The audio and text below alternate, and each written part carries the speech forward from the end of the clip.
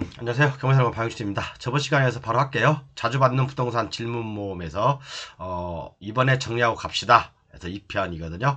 지금 이제 교재 판매는 5분 남았습니다. 4월 동안만 판매를 하고 있는데 아마 이번 주 안에 마무리 될 것 같아요. 이번 주 안에 5분 남았는데 아까 제가 전 시간에 바로 이메일 보여드렸죠. 때문에 이제 그거 188만 원짜리를 158만 원에 판매하고 있습니다. 구매하시고자 하시는 분들은 서둘러서 구매하십시오. 내용은 이렇게 있고 이메일로 13건의 이메일을 보내드리고 있습니다. 자, 그럼 바로 해볼게요. 자, 10번. 근데 이번에 좀 빨리빨리 할게요. 제가 좀 시간이 급해가지고 관습법상 법정기상권이나 법정기상권 성립 요건 중에 소유자가 동일해야 된다는 내용이 있는데 이는 건물 신축 당시부터 동일이니 하는지라고 질문했어요. 아니죠. 예를 들어서 쭉 이렇게 왔는데 처음에 건축한 사람은 A였어. 근데 A고 여기 C였어. 그리고 여기 C하고 D요. 그죠? 여기는 또 E하고 F였어. 그러다가 나중에는 FF로 바뀌었어. 그럼 이때 어느 한순간만 동일이면 되는 거예요. 이때 법정이상권이 성립하는지만 이때가 중요한 겁니다. 그죠? 이때를 기준으로. 그죠? 이때를 기준으로 하는 겁니다. 이때를 기준으로. 이해 가셨죠? 자, 그렇기 때문에 우리가 이제 등기부를 보면서 건물이 있었을 당시에 소유자가 같았냐라는 걸 보시면 되는 겁니다. 자, 11번째. 대지권 미등기와 토지 별도 등기의 차이. 대지권 미등기와 토지 별도 등기의 차이는 제가 이렇게 쭉 정리를 해놨습니다, 여러분. 물론 어려운 건 아니에요.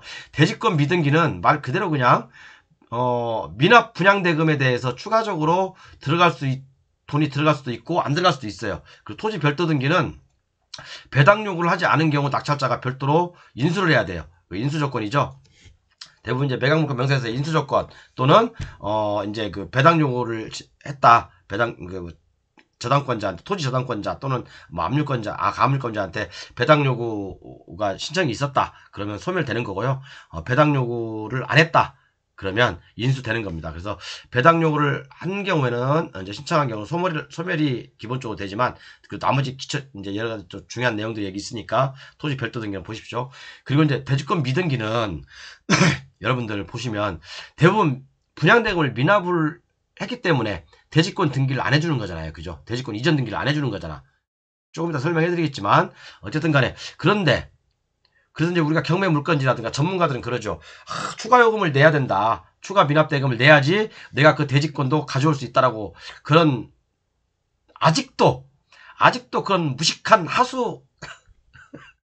무식한 게 아니죠. 진짜 이건 중요한 거예요, 여러분. 저희 경매인들 정말 0.1%만 알고 있는 비밀인데 저도 이제 그래서 공개는 안 합니다. 제 블루오션 교전이 있어요. 경매사령관의 조건에 맞으면 공짜로 가져올 수 있어요. 대지권 미등기를 하더라도 경매사령관의 조건에 맞으면 공짜로 가져올 수 있습니다. 돈 한 푼도 안 들어요. 남들은 돈 주고 사와야 된다는데 저는 돈 안 듭니다. 그죠? 소멸 여부도 마찬가지예요. 경매사령관의 조건에 맞으면 공짜로 그냥 가져올 수 있어요. 그죠? 이것은 제가 공개를 하지 않습니다. 블로그에 있어요. 자, 그리고 이제 여기 쭉 정해놨고, 그리고 이제 여러분들 등기부가 좀 보는 게 어렵대. 등기부 보는 게 어렵다고 사람들이 많이 얘기하는데, 어려울 거 하나도 없어요. 제가 저번 시간에 토지 별도 등기 또는 대지권 미등기 설명하면서 제 파트에 있어요. 얼마 전에 몇 강 안 돼요. 거기 보십시오. 그러면 일반적인 부동산 등기부는 이렇게 돼 있잖아요. 토지 등기부, 건물 등기부, 그 다음에 표제부, 갑구, 을구. 건물 등기부에도 표제부, 갑구, 을구. 요게 정상적인, 기본적인, 일반적인 우리가 단독주택의 등기부예요. 토지 등기부, 건물 등기부. 그죠? 그리고 또한 정상적인 집합건물의 등기부는 이게 나와 있잖아요. 표제부, 그 다음에 대지권 목적인 표시, 그 다음에 또 하나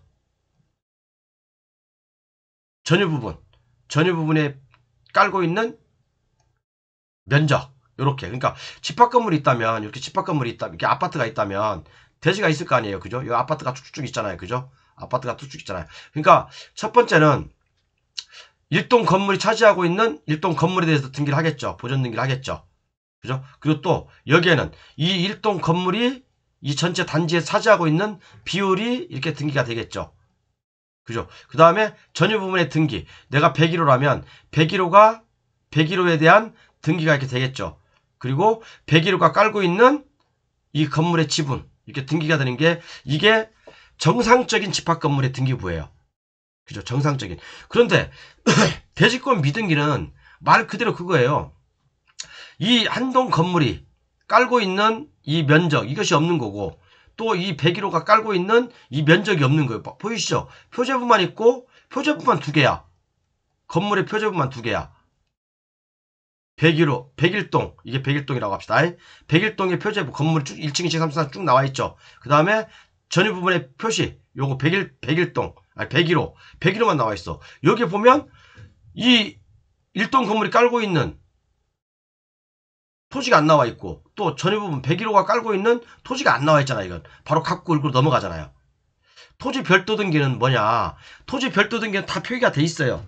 그죠? 토지 별도 등기는 자, 1동 건물이 깔고 1동 건물이 깔고 있는 대지 면적, 또 101호의 전유 부분, 또는 101호가 깔고 있는 전유 부분. 근데 여기에 딱 토지 별도 등기라고 딱 나와 있죠. 토지 별도 등기라고 나와 있습니다. 토지 별도 등기에 대해서는 제가 전전 강의에 다 설명했고, 대지권 미등기도 전전 강의에 다 설명했으니까 참고하십시오. 지금 이걸 설명하는 게 아니니까요. 등기부는 이렇게 보는 겁니다, 여러분. 그래서 여러분들이 등기부 보는 방법을 기본적으로 알고 있어야지만 경매가 쉬워져요. 안 그러면 이게 뭐지? 아, 이 용어가 뭐지? 그래서 반드시 제 그 경매 강의 표지 별도 등기, 대지권 미등기 시청하십시오. 불러준 게 다 설명되어 있습니다. 자, 그리고 가스관, 수도관 등 지하 매설물은 이웃한 토지주가 승낙하지 않을 경우 매설이 불가한 거 아니죠? 민법 210, 죄송합니다. 민법 214조나 민법 218조 참고하십시오. 그죠?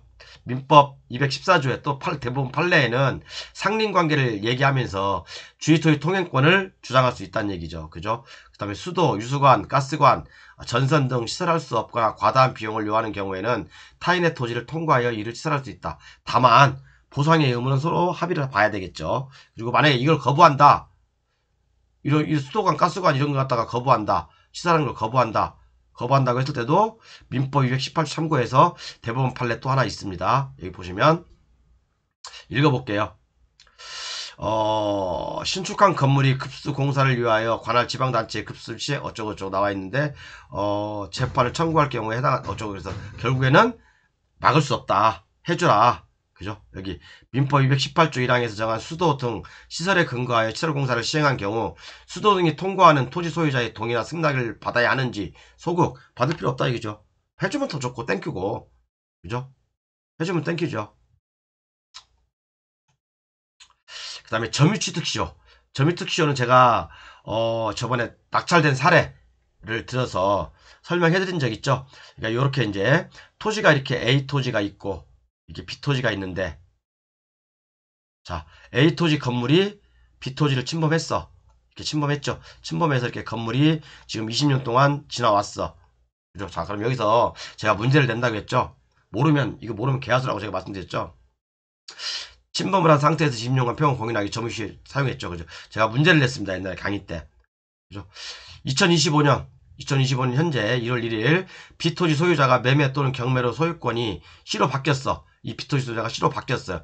A는 이때 바뀐 당시에 바뀐 소유자를 상대로 그죠? 점유취득시효를 주장할 수 있나? 있어요, 없어요? 없다고 했죠? 바뀌기 전에 해야지. 바뀌기 전에. 소유자가 바뀌기 전에 요청해야 돼요. 그다음에 문제 2번. 2020년 1월 1일 토지와 A 건물이 이 토지와 2020년에요. 지금 80년에 90년에 졌고 2020년에 건물이 홍길동으로 매매 또는 경매로 바뀌었어요. 이게 이제 홍길동으로 2020년에 바뀌었어. 그렇다면 2020년 당시 홍길동은 여기 바뀐 사람 홍길동은 B에게 토지에 대해서 점유취득시효를 주장할 수 있나? 있어요, 없어요? 이런 경우는 이 사안하고 사안이 다르죠? 있죠, 이런 경우는. 바뀌어도 홍길동은 점유취득시효를 주장할 수 있어요. 자, 15번 가겠습니다. 아우, 시간 많이 걸리네. 정리할 때는 금방 했는데 왜 이렇게 강의만 하려면 1시간을 국가에서 포장한 도로 또는 지방자치에서 포장한 도로, 요것은 배타적 사용수익권이 포기된 걸로 보는가? 맞죠? 포기된 걸로 보는 겁니다. 물론 포장한 이유라든가 포장하는 어떤 그 시대적인 어떤 그런 것도 다 고려를 해야 되겠지만, 일반적으로 봤을 때 지자체에서 또는 지방자치단체 또는 국가에서 포장한 도로는 마을 안길이라든 그런 것들은 배타적 사용 수익권이 포기됐어요. 그렇다고 거기서 저번에 내가 설명드렸죠. 말뚝박고 하면 안 된다. 그죠?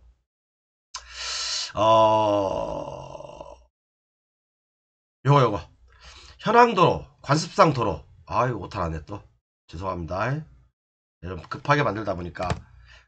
관습상 도로 또는 사실상 도로, 이 도로는 뭡니까? 인근 주민들이 장기간 도로로 통행하고 있는데 도로 대장에도 없고 또는 도로라고 인정할 만한 근거가 없는 도로죠. 그죠? 현황도로, 관습상도로, 사실상도로. 그러면 이런 도로에 대해서 지료를 청구할 수 있나? 여러분들은 이 지료를 청구할 수 있을까요? 있을까요? 네? 이런 현황도로, 관습상도로, 현황도로, 관습상도로 이런 거 지료를 청구할 수 있을까요? 여기 나와 있죠.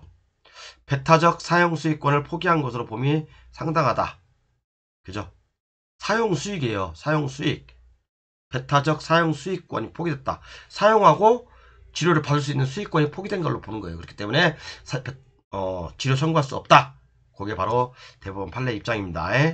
물론 이런 것들은 여러 가지 주위 환경이라든가 그런 토지와의 관계 여러 가지를 갖다가 이제 뭐 봐야 되겠죠. 그리고 이것도 포장된 지 오래된 도로 또는 분양 단지 내 도로는 배터리 사용 수익권이 포기된 걸로 보는 것이 대부분 판례죠.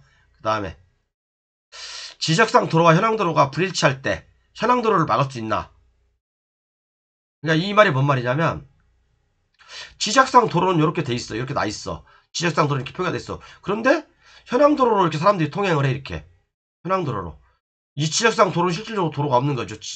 지적상만 도로로 돼 있는 거고 실질적으로 사람들이 남의 토지, A 토지를 통해서 이렇게 바로 옆길로 통행을 하더라. 그러면 나중에 이 현황도로 소유자가 말뚝대리 받고 길을 막고 이걸 막을 수 있나? 없어요. 막을 수 없습니다. 막을 수 없어요. 보상의 문제는 당사자들 간의 어떤 문제겠죠. 그죠? 그 다음에 사도법상 사도, 우리가 이제 사도해설이라고 하잖아요. 개인도로. 사도법상 사도를 통해서도 건축허가 가능한가? 대부분 개인 사도를 통해서 건축허가 가능하지 않다고 얘기하거든요. 아닙니다, 여러분. 도로대장에 올라와 있다든가 또는 지정 공고가 돼 있다면, 사도로서 지정 공고가 돼 있다라고 한다면 그 도로를 통해서 건축허가 받을 수 있어요. 여러분들 이거는 사람들이 엄청나게 잘못 알고 있는 상식이더라고. 사도를 통해서는 건축허가 받을 수 없대. 아니에요. 아니에요. 사도도 이 도로대장에 올라와 있다든가 또는 지정 공고가 돼 있다는, 도로대장에 올라와 있다는 것은 뭡니까? 지정 공고가 돼 있다는 얘기잖아요. 그러면 이 사도를 통해서도 건축허가 가능합니다. 건축허가 가능해요. 자, 그리고 또 하나. 얼마 전에 저희 이제 구독자, 경매, 그 낙찰자 분께서 188만원 그 구매하신 분께서 저한테 문의 주신 건데, 그니까, 임야를 낙찰을 받으러 갔어요. 이제 묘지를 낙찰을 받았거든요. 묘지더라고 보니까 이분도 좀 돈을 벌겠더라고 여기서요. 어떻게 보면 이제 종중묘지더라고. 종중묘지 이렇게 묘지가 많은 거 있죠. 묘가 그걸 이제 n분의 1 낙찰을 받았어요. 근데 이게 강제경매로 경매가 진행돼서 우리 이제 교재 구매하신 분께서 낙찰을 받으신 거예요. 그런데 강제경매라고 해서 찜찜하대. 근데 만약에 현장을 가보니까 그죠? 등기부상에는 개인 명의로 돼 있어. 홍길동으로 돼 있어. 그런데 막상 현장을 가보니까 사람들이 그러더래. 여기 종중 땅이라고 그러더래. 그러면 여러분들 이 개인 명의로 돼 있는 거 낙찰 받았으면 내가 소유권을 뺏깁니까? 안 뺏깁니다. 안 뺏겨요. 종중한테 책임이 있는 거예요. 어떻게 보면 이 사람한테 명의신탁을 해놓은 거잖아요. 그죠? 명의신탁을 했다면 이 종중에서도 이 사람은 홍길동을 믿고 명의신탁을 해준 거지. 홍길동이 배신한 거지 내가 이 사람들 배신한 건 아니잖아. 그러니까 이게 강제경매든 임의경매든 관계없이 낙찰을 받으면 되는 거예요. 이해가셨죠? 자, 그리고 이제 요 내용은 제가 이제 공인중개사 이 5억을 날리시고 자기가 직접 이분께서 직접 해야 되겠다. 이분이 뭐 했냐면 건축도 하시고 설계도 하시고 토목도 하신 분이에요. 그런데 이제 그래도 이렇게 전문가들도 5억을 날린다고 사기당했죠. 어떻게 보면 제가 사기를 당했어요 라고 이렇게 사기를 당했대요. 정말 제가 이름하고 다 가렸습니다. 사기를 당했다고 이렇게 얘기하시더라고. 그러면서 제 교재를 구매하시면서 역시 스스로 실력을 쌓는 것밖에 없다 이렇게 말씀하시는 것도 있고요. 이건 공인중개사분들이 공부하라는 뜻에서 제가 공인중개사분들도 경매를 모르면 안 됩니다. 큰일 납니다 여러분들. 그죠? 자 그리고 이제 21번 지상권이 설정되어 있는 토지에 건축허가가 안 난다? 지상권이 설정되어 있어도 여러분 건축허가 납니다. 건축허가 나요. 제가 국민권익위원회에서 올린 글들을 여기다 올려놨습니다. 건축허가 신청을 반려할 수 없다고 할 것입니다. 라고 돼 있죠? 아 이게 좀 어려운 내용인데 건축허가 3m 미만으로도 허가가 가능한 도로의 종류가 12가지인가 있어요. 합법적으로. 야매 말고 합법적으로 4m 미만으로도 허가가 가능한 도로 종류가 12가지가 있습니다. 요것은 갑자기 사이가 걸렸네. 요것은 제가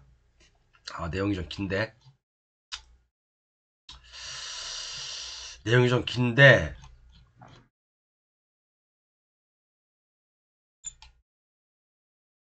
요것은 다음 시간에 할게요 여러분. 요거 설명하는데 한 30분 걸릴 것 같아요. 한 20분 걸릴 것 같아요. 이 몇 가지냐 6, 7, 8 14가지네. 합법적으로 그러니까 합법적으로 4m 미만으로 도로를 개설할 수 있는 방법이 있어요. 이것은 뭐 야매가 아니라 합법적인 겁니다. 법조문에 나와 있는 것들만 제가 얘기를 할 거예요. 14가지를 얘기할 거니까 요건 다음 시간에 하겠습니다. 요건 다음 시간에 할게요. 감사합니다.